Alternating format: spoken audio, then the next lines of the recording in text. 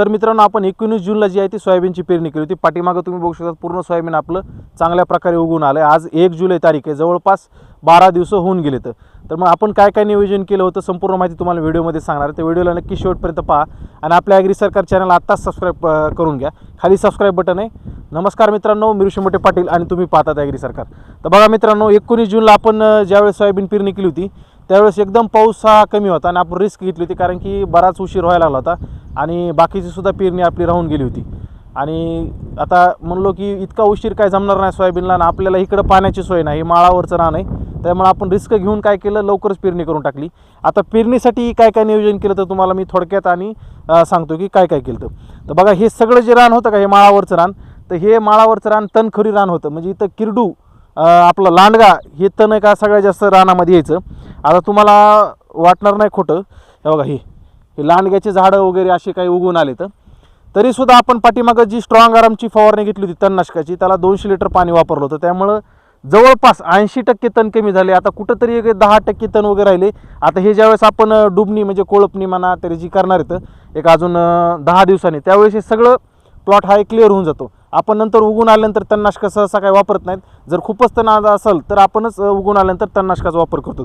तर KDS 992 हे soybean पेरणी करताना आपण काय केलं होतं की एकरी 2 बॅग जे आहेत सिंगल सुपर फॉस्फेटच्या टाकल्या होत्या, म्हणजे 1200 रुपये आपल्याला खर्च झाला होता। त्यामुळे बघा, सुरुवातीपासूनच सोयाबीनला चांगला फुटवा वगैरे आला।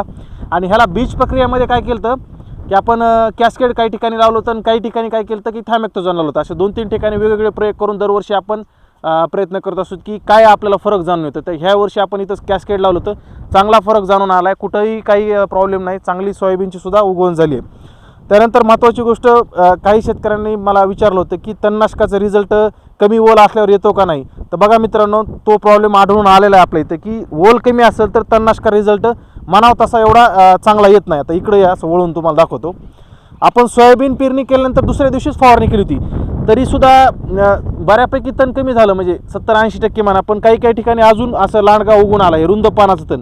आणि जे स्ट्रॉंग आर्म जो घटक आहे डायक्लोझम 84%, हा रुंद पानाच्या गवताच्या रुंद पानाचे तण असतं त्याच्यावरच चांगलं काम करतं। तरीसुद्धा आपलं समाधान मानावं लागेल, कारण की एवढ्या कमी पावसामध्ये सोयाबीनची उगवण झाली आणि तणसुद्धा नियंत्रण झालं। तर तुम्हीसुद्धा नक्कीच फवारणीच्या पाठीमागं कुठलं का व्हायना, बऱ्याचशा ब्रँडचं आहे, आपल्याला ब्रँडशी कधीही घेणं नसतं, त्यामुळे तुम्ही डायक्लोझमची फवारणी सोयाबीन पेरणी केल्यानंतर नक्कीच करा, नाहीतर आपलं पुढचं महिनाभर तण नियंत्रण करायला जरा सोपं जातं। असंच नियोजन मित्रांनो आपण ह्या वर्षी केलं, तर सुंदर नियोजन आहे। आता ह्याला पुढं फवारणी वगैरे जे असतील आपण कमीत कमी 2, आणि जर का चांगला पाऊस वगैरे झाला तर 3री फवारणी आपण सोयाबीनला करतो। 2 फवारण्या तर कंपल्सरी आपण सोयाबीनला करतो, आणि तणनाशक फवारणी गरज असली तरच करतो।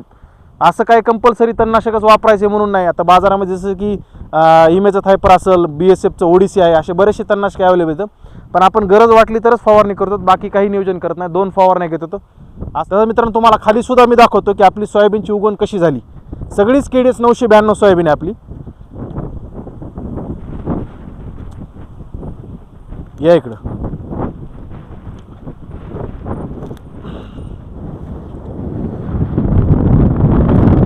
तर बघा मित्रांनो, आता ही KDS 992 सोयाबीन आहे, आणि ती जी ताल पडली काळ्या कलरची जी मातीची आम्ही आता यंदा ताल टाकली, त्या तालीच्या खाली तिकडं 335 आहे, हे वरचं सगळं KDS 992 आहे। हे असं नियोजन केलं। बघा, इकडं सुद्धा कुठं तण नाही आलं, काही नाही, काकऱ्या सगळ्या एक समान उगवून आल्या, तर उगवण सुद्धा चांगली झालेली। तर असं आपण नियोजन केलं। शेवटी कसं आहे, रिस्क घेतली आपण, रिस्क घेतल्यानंतर शेतीमध्ये काहीतरी होतं। प्रत्येकजणच हे काय गोष्ट रिस्क घेऊ शकत नाही। आपल्याला माहित होतं की पावसाचा अंदाज सांगितला होता, त्याप्रमाणे आपण 18-19 तारखेला पाऊस म्हणले होते, पण मुळामध्ये काय झालं, ज्या आपण 19 तारखेला पेरणी केली त्याच्यानंतर आपल्याला 25-26 तारखेला चांगला पाऊस झाला। 5-6 दिवस आपलं रिस्कवरच होता सगळा खेळ। अशी मात्र सुंदर उगवण आपल्या सोयाबीनची झाली आहे। असं नियोजन आपण ह्या वर्षी केले। तुम्ही सुद्धा अशा प्रकारे नियोजन आहे ते सोयाबीनमध्ये करू शकता। आणि जर तुम्हाला सोयाबीनमध्ये उत्पादन वाढवायचं असेल तर तुम्ही मला खाली दिलेल्या नंबरवर सुद्धा संपर्क करू शकता। तर व्हिडिओ आवडले असेल तर लाईक, शेअर करा, आणि आपल्या ॲग्री सरकार चॅनलला जाताना सबस्क्राईब केल्याशिवाय जाऊ नका। भेटूया पुढच्या व्हिडिओमध्ये। धन्यवाद। जय महाराष्ट्र।